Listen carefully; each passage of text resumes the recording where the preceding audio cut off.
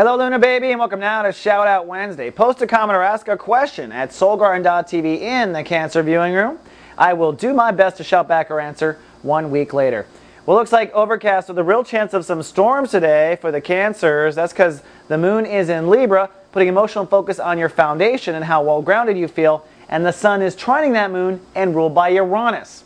Now here's where it all gets kind of shaky. On the one hand, you are emotionally vulnerable. You need to be home, you need to be nesting, you need to be resting. That's what the moon in Libra is about Cancers regrounding themselves. That may come from you baking cookies, that may come from you taking care of your kids, it may come from you cleaning your house. But either way, a Cancer has got to return to the nest at least once during the month. So that is your vulnerability, that is your sensitivity.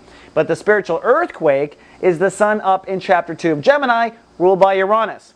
Not only that, Gemini for you is your subconscious, where you store the spiritual junk in your trunk, where you have certain karma, which means you will likely be heavily triggered in the next 24 hours on one of your lifelong karmic issues. This may be codependence. This may be that you don't take good care of yourself. You're always taking care of everyone else, but taking care of yourself. It could be a plethora of issues. Only you know the issue, but whatever the issue is, it may come up and slap your ass in the face today just because that's the way Uranus works. Now here's the good news, Cancer. It is always followed by a breakthrough. I look at Uranus is like the big bad wolf. It huffs and it puffs and it blows your house down if it's made out of straw. But once the house is gone, you see your brother's house made out of brick. So you will see what you should have done or what you can do at the end of this. The best thing to do is just take good care of yourself, especially with the moon in Libra.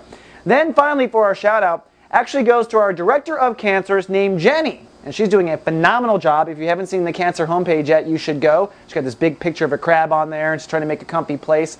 And she asks actually a brilliant question for Cancers. She realized that there are 2 new moons in Cancer. In other words, there will be 2 light cast days during the Cancer birthday period, and she wants to know what that means. Well, for starters, that's a very fortunate thing. It doesn't always happen that way. I didn't look to the past years to see when this happened. We do get sometimes 2 full moons or 2 new moons. Now, according to the pagans, this means that this particular sign has extra energy into manifesting for that year. In fact, they have a name for the second new moon. They call it a black moon. You've heard of a blue moon? This is a black moon, the second new moon of the month. So it does mean that for Cancers, you have 2 major opportunities during your birthday period to light cast your reality. And allegedly, according to the pagans, we'll have to see, the second one is intensely powerful. So it's all good luck for you. Great question, Jenny, director of Cancers. All right, that's all we have for the Lunar Babies. I'll see you folks tomorrow with more. Live, love, be.